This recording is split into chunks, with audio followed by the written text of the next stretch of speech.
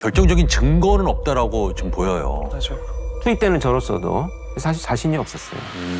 자, 그런데 이 시점에서 결정적인 분석 결과가 하나 나옵니다. 당시 현장 상황을 들려주는 건장한 남성 정도가 되지 않을까, 좀 비교적 젊은 층에. 그렇죠.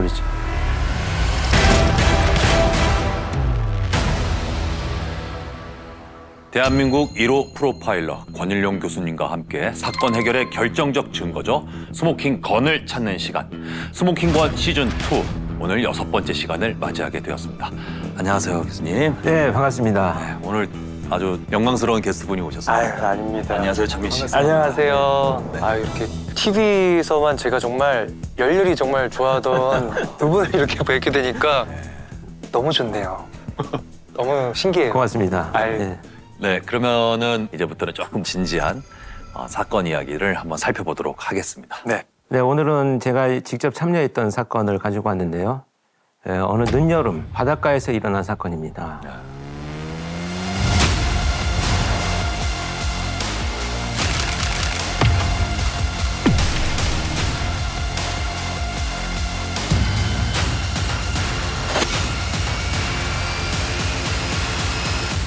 역시나 이 사건도 한 통의 신고 전화로 시작이 됐고요. 오늘은 당시 실제 걸려온 신고 전화 음성을 준비를 해왔습니다. 여기입니다. 여보세요. 여보세요. 예, 119입니다.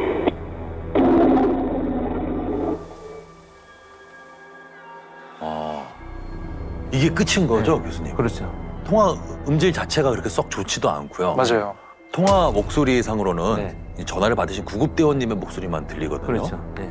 창민 씨 느낌은 어떠세요, 일단은요? 전혀 뭐 내용도 없고 장난 전화겠구나라는 그런 느낌이 들 정도인데요. 자, 일단 신고가 걸려온 시간은 오후 6시 26분부터 39분경 사이인데요. 방금 두 분이 들으신 것 같이 아무 말도 없이 약 5초에서 8초가량 네. 이어진 후 끊긴 신고 전화가 무려 4차례에 걸쳐서 반복적으로 걸려오게 됩니다. 4차례 모두 한 사람이서 전화한 거죠, 이게요? 네, 일단 확인을 해보니까 발신인은 한 사람이었고요. 발신 장소가 바다 한가운데예요. 위치를 추적을 해보니까 바다 한가운데에서 울려온 그냥 전화이다라는 것만으로 지금 사건이 시작되고 있습니다. 4차례나 반복적으로 건 것을 보면은요, 분명히 구조 요청을 하고 있는 것 같은 것으로 네. 저는 좀 생각이 드는데요. 근데 아무 말을 하지도 않고 끊어버리니까 이게 일부러 말을 안 한 건지 그렇죠. 말을 할 수 없었던 상황인 건지 그렇죠.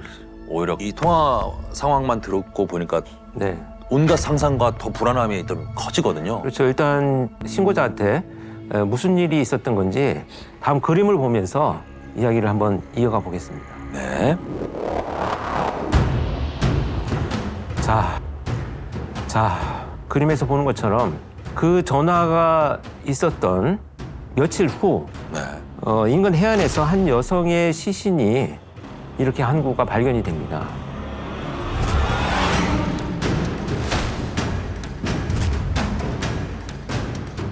신원 확인 결과 이 여성은 20살 A씨로 당시 대학교 1학년 여학생이었어요. 통화 내역에서 사흘 전 119에 전화를 남겼던 게 확인이 됩니다.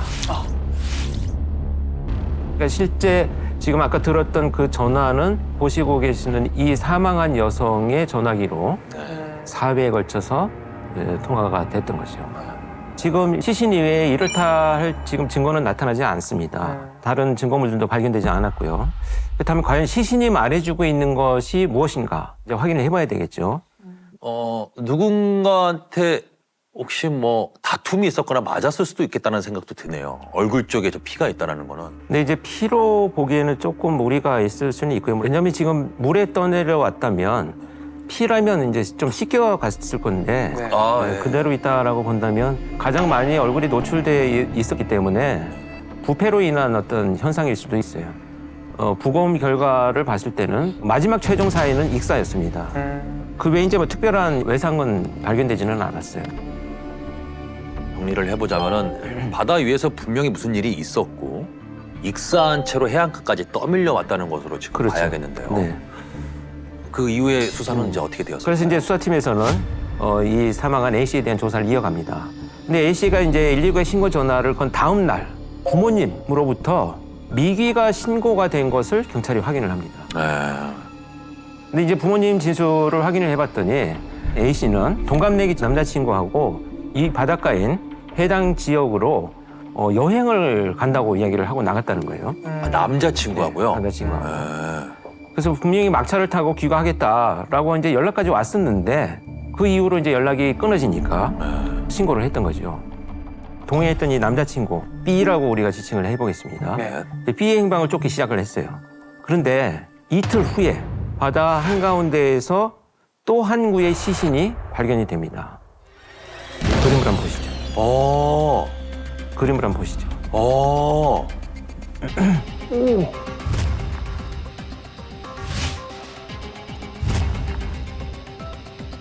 시신을 인양해서 신원을 확인해 보니까 A 씨하고 함께 여행을 왔던 남자친구인 B의 시신으로 확인이 됐습니다. 오.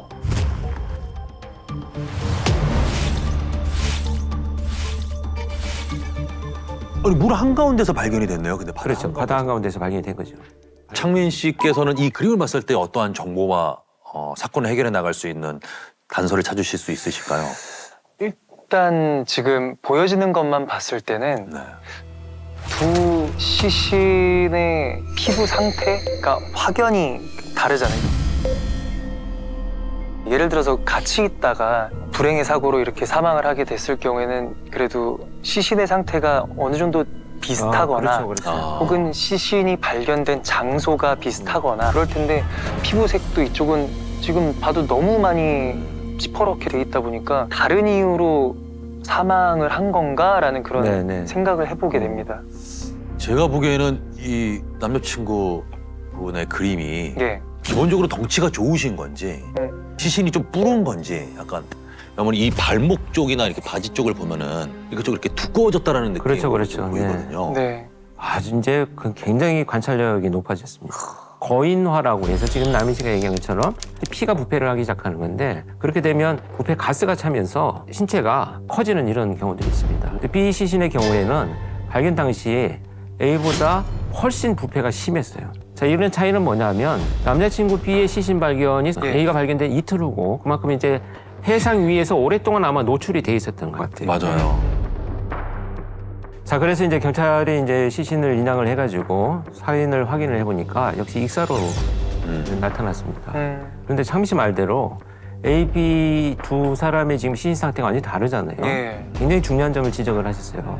검사를 해보니까 특별한 외상이 없었던 A 씨하고는 완전히 다르게 B의 시신에서는 왼쪽 어깨뼈, 그다음에 왼쪽 위 팔뼈, 그다음에 왼쪽 종아리뼈 부위에 찔리고 찢긴 상처, 그다음에 양쪽 발목 부근의 골절상, 그리고 팔다리, 머리, 온몸에 광범위한 피부까지 있었어요. 어이구.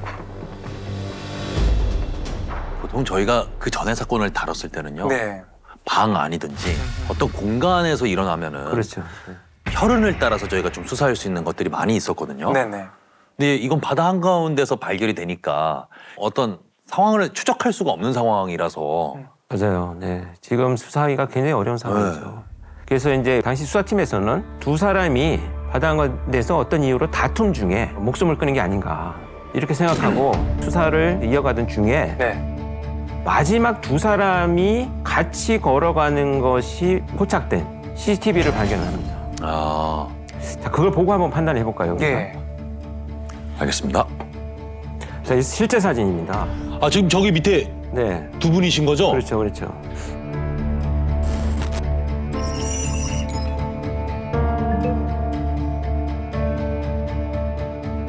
뭐 자세하게 볼 수는 없지만 상당히 붙어서 네. 두 분의 어깨가 맞닿아 했을 정도로 붙어 있다는 느낌은 들고요. 네. CCTV 이 순간만 봤을 때는 두 분의 관계는 너무 좋아 보여요. 네, 나쁠 건 없어 보인다, 네. 전혀. 그렇죠. 수사팀 입장에서는 굉장히 답답한 상황이 전개가 되죠. 그렇죠. 그리고 주변 조사를 하고 탐문 조사를 해봤지만 이 이외에 따로 목격자는 없었어요. 아. 자, 그런데 이 시점에서 또 한 구의 시신이 발견이 됩니다. 오. 자, 이 새로운 시신이 발견된 것은 A와 B의 시신이 발견된 지 약 20여일 정도 지난 시점인데요. 시신이 발견된 장소가 과연 어디였는지 그림으로 한번 보겠습니다. 네. 바다 한가운데죠? 네. 여기도요. 비군처럼. 그렇습니다. 네.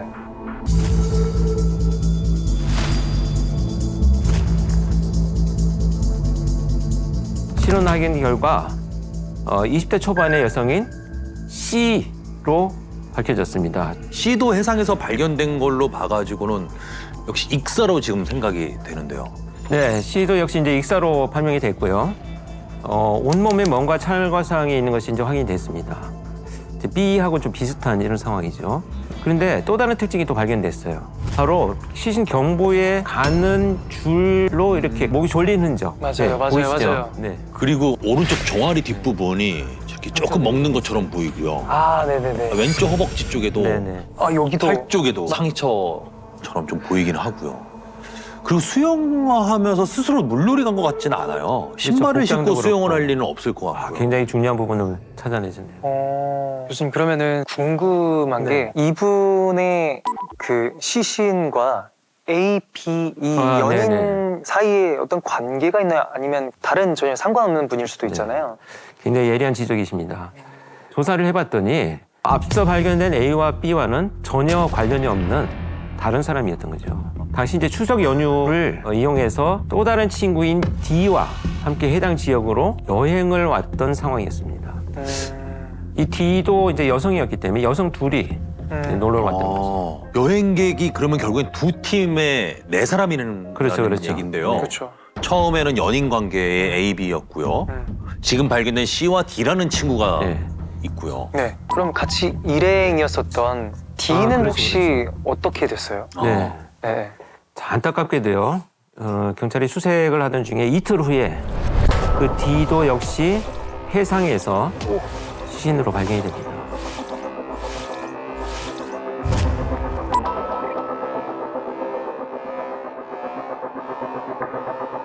자, 이 D의 시신이 발견된 것은 C의 시신이 발견된 지점에서 약 1km가량 떨어진 지점에서 발견이 됐는데요. 사인은 역시 마찬가지로 익사였습니다. 있어요.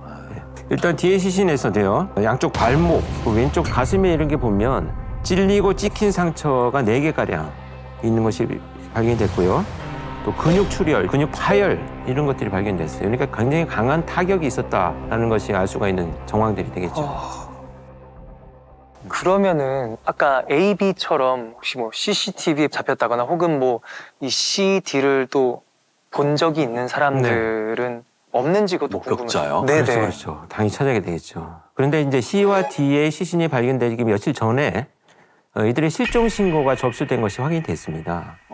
당시 바닷가 횟집 앞에서 길이 엇갈린 남편을 찾고 있던 김 씨라는 여성이 우연히 이 C와 D를 만났던 사람으로 나타납니다. 근데 C와 D를 만나가지고 휴대폰을 빌려서 자기 남편하고 이제 통화를 합니다. 그 아주머니께서요. 네. 근데 얼마 후에 남편의 핸드폰으로 이분들의 문자가 한 통 도착을 하게 됩니다. 자, 어떤 내용인지 최강창민 씨가 네. 한번 읽어가 주시기 바랍니다. 네. 저희 아까 전화기 빌려드린 사람인데요. 배 타다가 갇힌 것 같아요. 경찰 보트 좀 불러주세요. 라고 네. 이건 구조 요청의 네. 메시지인데 그러니까 C하고 D가 아마 어쩌보면은 통화 목록에 가장 가까운 사람 중에 한 분일 수도 그랬던 것 있겠네요. 같아요. 네. 그러니까 급하게 문자를 보냈던 상황으로 예상이 되는데요. 자, 그래서 이제 일단 김 씨인 이 목격자는 자기도 이상하다고 생각을 해서 곧바로 경찰에 신고를 합니다. 그래서 경찰에 신고했어요. 납치인가요? 라는 문자를 다시 보냈는데 답장은 오지 않았습니다. 결국은 뭐냐 하면 C와 D는 배를 타고 바다 한가운데 지금 나갔다는 것이 확실한 이런 상황이죠. 맞네요. 네.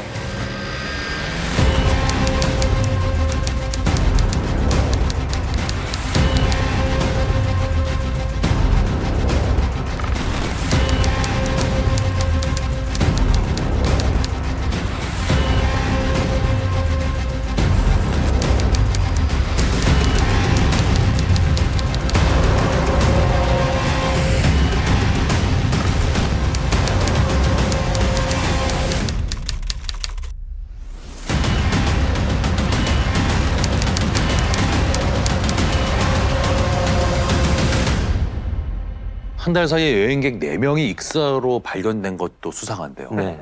시신에서 발견된 상흔들 역시 단순 사고가 아니라는 느낌이 많이 점점 들고 있는데. 네. 자, 지금 남씨 말대로 두 사건에서 상당히 유사한 점들이 많이 보여지고 있습니다. 네 사람 모두 다 이제 구조 요청을 했을 뿐만 아니라 20대 초반의 여행객, 그다음에 모두 익사체로 발견이 됐다는 점. 그리고 A를 제외한 3분의 시신에서는 의문의 상처들이 많이 발견됐다. 이런 것이 이제 두 사건의 공통점으로 볼 수가 있겠죠. 근데 상처나 이런 것들이 다 각자 그 안에서 좀 다른 것 같기는 하거든요. 맞아요. 그런데 4구의 시신 중에서 3구에서 발견된 상흔을 비교를 해봤더니 B와 D의 시신에서 공통된 상흔이 발견이 됩니다. 그러니까 날카로운 예기에 찔리고 베인 듯한 상처. 자, 이 상처를 분석해 보니까 이 도구의 정체는 삿갓대라고 하는 날카로운 갈고리가 달린 어구였습니다. 모든 정황들의 결론은 네. 연쇄적으로 사망 사건이 일어났는데 삿갓대라는 구체적인 도구에 의한 상흔이 동일하게 발견이 됐다고 한다면 단순 사고사가 아닌 고의에 의한 살인 사건, 그렇죠. 연쇄 살인이다 이렇게 판단해야 되겠죠.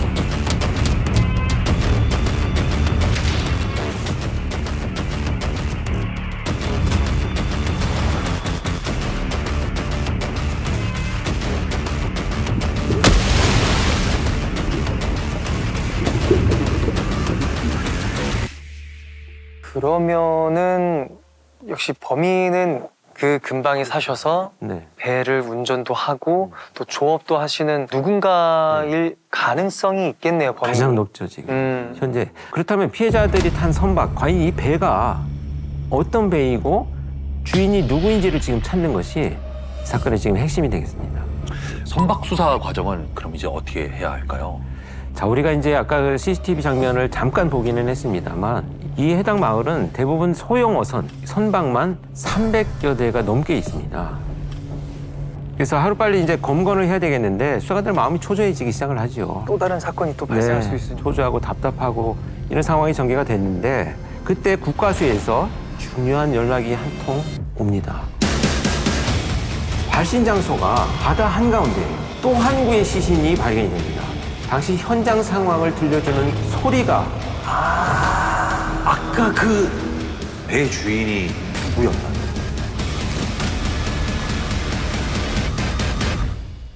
자, 우리 사건 초기에 네. 첫 번째 피해자한테서 걸려온 신고 전화를 우리가 들었죠, 파일을. 그렇죠. 예. 음성 파일을 국과수에서 분석을 합니다. 아니 근데 저희가 그냥 들었을 때는 사실 어떤 내용을 발견하기가 굉장히 그렇죠. 어려울 정도로 뭐가 없었잖아요. 그러니까요. 뭐가 나왔나요? 자, 여기에서 결정적인 그 분석 결과가 하나 나옵니다. 김입니다. 여보세요. 여보세요. 당시 현장 상황을 들려주는 소리가 하나 포함이 되어 있었습니다. 소리요? 소리. 그러니까 현장 상황. 아, 그 신고를 현장의 할 뭔가를. 당시의 현장 상황. 바로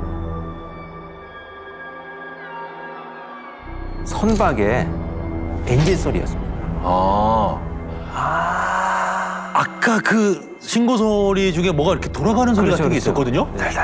그렇죠. 네, 맞아요, 맞아요. 여보세요. 여보세요.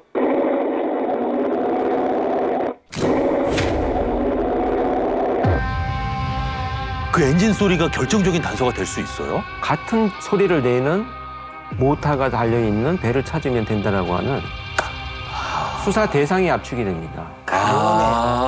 맞네요. 아니 자동차도 엔진 소리에 따라서 뭐 네네. 연료를 어떤 연료를 쓰는지 소리가 그렇죠. 완전히 다르잖아요. 다릅니다. 네. 그걸로 배를 조금 이제 선별을 할 수 있고. 그렇죠. 용의 현상을 압축하는데 네네. 도움이 될 수가 있죠. 저희 국가수 분석 결과에 의하면 신고 전에 담긴 이 엔진 소리는 육상용 디젤 엔진으로 밝혀졌습니다. 육상용 디젤 엔진. 와. 원래 배에서 쓰는 엔진이 아니라 개조를 해서 달았다는 거예요. 근데 이제 이 엔진의 특징은 뭐냐면 배가 아주 소형이었을 때 이게 가능하지 그러게. 조금이라도 규모가 있다면 이 엔진을 가지고 이제 배를 힘을 받을 수가 이동하기는 없나 봐요. 어렵다는 거죠. 이 분석 결과를 토대로 해본다면 피해자들이 타고 나간 배가 규모가 아주 작은 오래된 배다 이렇게 추정을 할 수가 있겠죠. 네. 그렇다면 이 마을 대부분이 네. 이 소형 어선으로 조업을 하는 동네라고 아까 네. 말씀하셨는데요. 여전히 수색 범위가 쉽게 좁혀지진 않는 그렇죠, 것으로 좀 그렇죠. 보이거든요. 네. 맞아요. 너무 많아요. 자, 그런데 수사팀은 결코 포기하지 않습니다. 그래요? 여기서 뭘 찾아냈냐면 수사 범위를 좁힐 수 있는 또 다른 하나의 단서를 찾아냅니다. 뭐가 있을까요? 두 번째 사건의 피해자들이 실종된 날이 바로 추석 당일이에요. 네. 이 추석 당일 명절이라서 조업하는 배가 거의 없었다는 거죠. 그렇죠. 네. 그럼 범위가 꽤 좁아질 수 있겠는데요. 출항했던 배 중에 육상용 디젤 엔진을 단 작고 오래된 배를 찾으면 되거든요. 수색 결과가 어떻게 되었을까요? 자, 수색 결과 0.5톤 규모의 소형 어선 한 대가 추석 당일 출항한 것이 확인이 됩니다. 그거다. 게다가 이 어선은 같은 장소에서 출발을 하고 정박을 하는데 네. 당일 오전, 오후 시간 정박 위치가 다른 것으로 나타났어요. 의심스러운. 그런 의심스러운 정황이 이제 나타납니다. 네. 그래서 이제 수상한 정황이 이제 두드러지니까 이제 수사팀에서 본격적으로 이 어선을 찾아서 감식을 해보니까 어선 내부에서 C와 D의 신용카드, 머리끈, 우와. 또 머리카락 일부 결정적으로 범행에 사용한 것으로 보이는 사갓대가 여기서 또 발견이 되죠. 아이고야.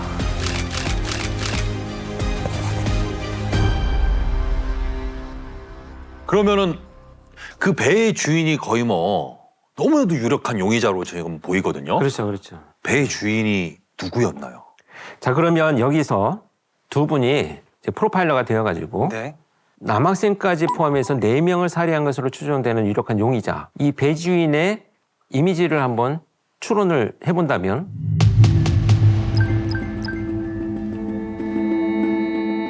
우선은 일단 성별은 남자일 것 같은 네. 게 아, 비군 같은 경우에도 사실 체격이 그냥 일반 그냥 건장한 남성 정도인 것 같거든요. 그를 제압을 하면서 상처도 입히려면은 어느 정도 체격도 좋아야 될 것 같고 힘이 좀 있는 건장한 남성 정도가 되지 않을까. 좀 네. 비교적 젊은 층에. 그렇죠, 그렇죠. 대략 뭐 연령층으로 본다면 어느 정도 될까요? 한 3, 40대? 맞아요. 저도 3, 40대.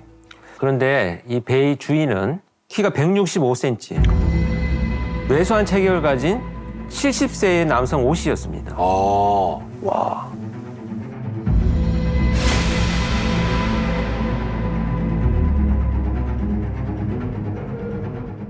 경찰이 어찌됐건 이 O 씨를 유력한 용의자로 긴급 체포하고 이제 조사에 들어가게 됩니다. 예. 그런데 두 번째 피해자인 C와 D를 배에 태웠던 사실은 인정을 했습니다.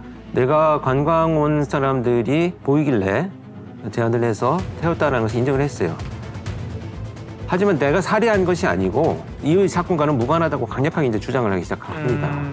그러다가 경찰이 계속 추궁을 하니까 배를 운전하는데 나하고 말다툼이 일어나서 그 와중에 내가 밀었는데 물에 빠졌고 다른 피해자가 그 친구를 구하려고 들어갔다가 둘 다 물에 빠졌다. 이런 사고였다라고 이제 계속 끝까지 주장을 하는 거고요. 특히나 이제 첫 번째 사건은 이건 아예 모르겠다. 나하고는 무관하다. 이렇게 이제 완강하게 부인을 하게 됩니다. 사실은 처음에 제가 이 사건에 투입됐다고 말씀을 드렸는데 자, 이런 정황 증거들이 모두 한 사람을 가르치고 있고요.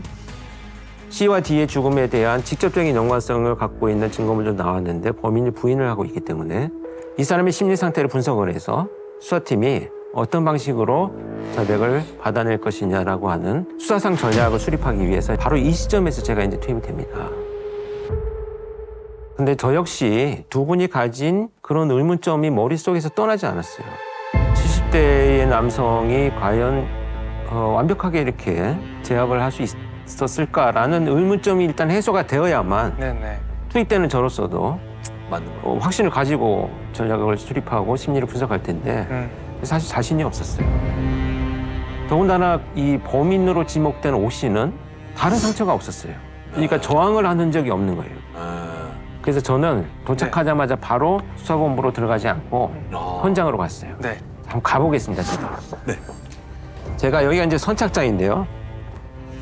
제가 정말 이 의문이 풀리지 않아서 이 선착장에 배들이 이렇게 쫙 서 있는데 저도 서 있어 봤어요. 이렇게. 자, 그런데 제가 선착장에 우리 팀원들하고 서 있는데 동네 분이 한 분 오셔서 아, 저한테 이런 얘기를 합니다. 이런 작은 배들을 타봤느냐. 네. 거기 이제 범행에 쓰인 배가 이제 놓여 있었죠. 네. 그래서 한 번도 타보지 못했다라고 했더니 이분께서 어떤 얘기를 하시냐면 저런 배는 당신같이 처음 타는 사람들은 아무리 장정이라도 바다 한가운데 나가서 파도에 출렁거리기 시작을 하면 일어나지도 못해. 아. 그냥 난간만 붙들고 앉아 있어야 돼. 이렇게 한 어르신이 지나가면서 얘기를 하시는 거예요. 아. 소름 돋아. 그때 저는 모든 정황들이 이해되기 시작을 했습니다.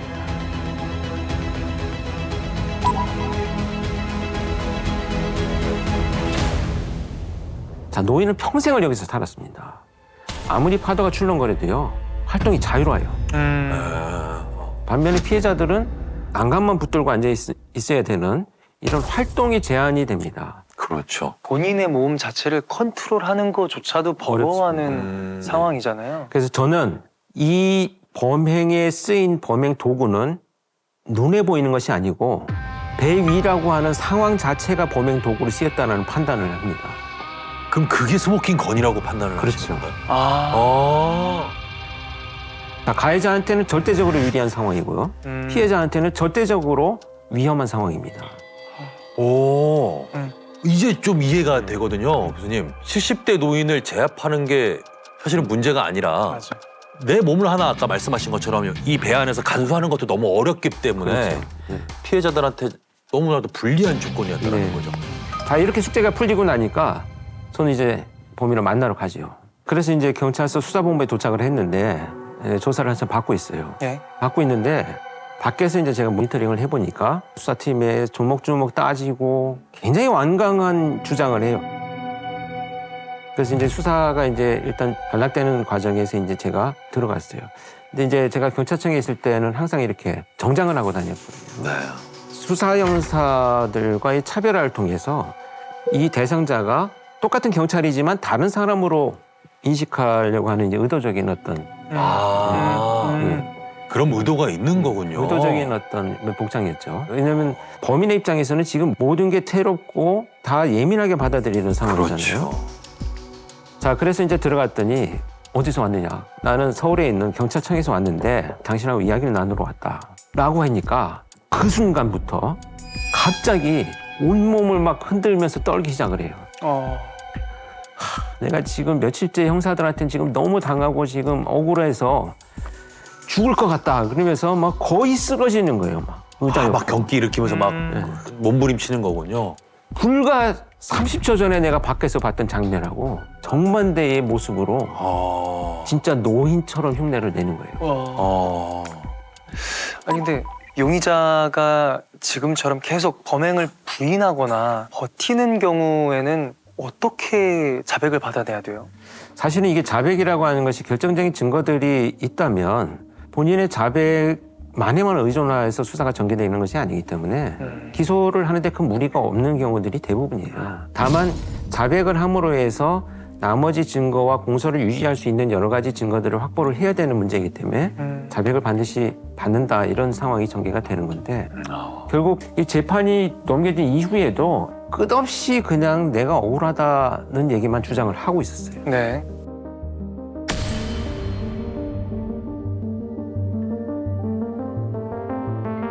자, 현재까지 용의점은 되게 충분하잖아요. 네. 그렇죠. C와 D에 물건들 나왔고 머리카락도 다 나왔어요. 타고 있었다는 건 나왔지만 아까도 잠깐 얘기했듯이 뭐 다투다가 넘어지고 자기가 물에 빠졌다라고 한다면 살인의 고의가 있다고 인정할 수는 없어요. 특히 첫 번째 사건과의 연관성은 지금 사실은 우리가 추론밖에 없는 상황이잖아요. 네. 결정적인 증거는 없다라고 좀 보여요. 맞아. 그런데 정의는 실현됩니다. 그렇게 재판이 전개되고 있던 과정에 소위 이제 쌍끌이 배라고 아시나요? 두 대의 배가 양쪽에 그물을 걸고 같이 끌고 가서 바다까지 완전히 훑어요. 근데 이 과정에서 정말 우연히 웬 디지털 카메라 한 대가 나타납니다.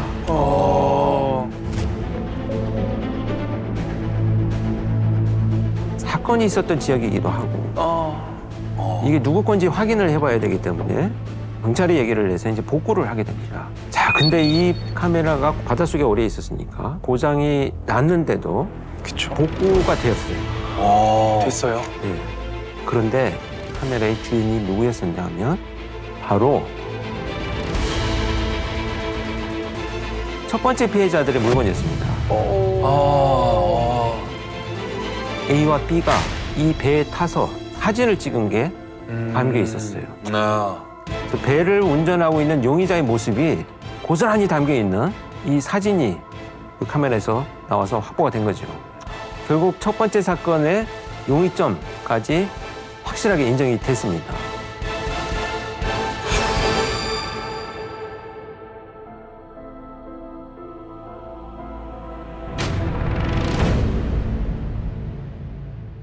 사건의 전말이 이렇습니다. 여행원 A와 B를 우연히 만나서 이 범인인 O 씨는 배 좀 태워주면 안 돼요? 라는 말에 배를 태워줍니다. 그리고 해상으로 이제 나가죠. 그래서 이제 자기가 조업하는 그 쭈꾸미 조업장에 도착을 해서 여성을 추행을 하려고 하는 마음이 들기 시작을 합니다. 그래서 이제 이 장애 요인이 되는 B를 밀어서 바다에 빠뜨려요. 제일 일단 힘이 있어 보이는 남자를 먼저 제거할 생각이었고. 아까 말씀드린 대로 겨우 일어서지도 못하고 엉거주춤 서 있는 이 작은 배를 타고 있는 피해자를 밀어서 빠뜨리니까 피해자는 뭐 거기서 도무지 올라올 방법이 없는 거죠. 그렇죠. 사실은 배는 작지만 빠졌을 때 배에 다시 올라오는 건 너무 그렇고 어렵잖아요. 쉽지 않아요. 네. 그런 상황에서 이 계속 올라오려고 시도를 하는 피해자의 B를 바깥대로 계속 밀어서 물속으로 빠뜨립니다. 그래서 아까 보셨던 이 어깨의 상처들이 생겨난 거죠. 잡으려고 하면은 날카로운 걸로 그대로 이렇게 찍고 피는 계속 나오고. 이게 도망갈 곳은 없고. 예, 근데 이 배에 어떻게든 매달려서 다시 올라가야 나도 살기도 하지만 또 여자친구도 구할 수 있고 그게 올라가야만 하는 상황인 거잖아요. 진짜 이 피해자의 심정을 생각하면 지금도 저는 가슴이 울먹해서 눈물이 날 정도로 얼마나 절박했을까 하는 안타까움이 현장에서 저는 너무나 많이 느꼈어요. 아니 근데 지금 저렇게 그 날카로운 거로 찔리는 또 이해가 가는데 그 아까 말씀하셨지만 다리에 또 골절상이 있다고도 말씀을 하셨어요. 네. 근데 이거 같은 경우에는 잠겨져 있을 텐데 어떻게 생겨요? 근데 이거를 당시에 저도 이 상처에 대해서 굉장히 궁금했는데 배를 오래 이제 그 바닷가에서 조업하신 분들이 분명히 그런 과정에서 배 밑에 있는 프로펠러에 베었을 것이다, 다리가. 아마 그런 상처가 아닌가. 이렇게 이제 B를 물에 빠뜨려 가지고 살해한 뒤에 A한테 성추행과 성폭행을 시도를 합니다. 근데 A가 이제 당연히 격렬하게 저항을 하지요. 그렇죠. 그러니까 이제 다시 A도 같은 방식으로 물에 빠뜨려서 결국은 살해한 이것이 첫 번째 사건의 전말입니다. 와 너무 잔인하다. 피해자들의 입장을 지금 상상해 보면은 네. 끔찍하네요. 끔찍하네요, 정말로. 정말 네. 끔찍합니다. 네. 그렇다면 오 씨는 이때까지만 해도 뭐 여기서 태워달라고 했으니까 갑자기 그 상황 속에 배 안에서 충동적으로 생각이 들어서 우발적으로 범행을 한 걸까요? 저는 그렇게 보지는 않습니다. 1차적으로는. 왜냐하면 배를 태워달라고 했던 것도 사실은 오 씨의 진술일 뿐이에요. 지금 이 A와 B의 상황을 본다면 이렇게 젊은 두 사람이 바닷가에 가서 아무한테나 배 좀 태워주세요 사실 하기는 쉽지 않거든요. 쉽지 않죠. 네, 쉽지 않죠. 그래서 이제 충동적이다라고 보기에는 좀 어려워요. 두 번째 사건을 한번 정리를 해본다면 이렇게 피해자들을 또 한 번 조우를 합니다. 그런데 이번에는 의도적으로 이 배를 첫 번째 사건이 있었던 곳과는 멀리 떨어진 다른 선착장으로 자기 배를 갖다 놓습니다. CCTV에 배에 태우는 장면이 보이지 않도록 하고 자기 배에 태우고 나가서 똑같은 방법으로 이제 성추행과 성폭행을 시도를 합니다. 마찬가지로 피해자들이 이제 둘이 격렬하게 저항을 했는데 그러다 보니 이제 물에 빠졌고 살갗대로 끝없이 공격을 해서 사망을 하게 된 이런 상태입니다. 결국은 이걸 본다면 이미 적극적인 수사가 진행이 되고 있음에도 불구하고 다시 두 번째 피해자들을 또 한 번 같은 방식으로 범행을 저질렀다고 하는 것은 완벽한 계획에 의한 그렇죠. 연쇄살인이다 이렇게 판단해야 되겠죠.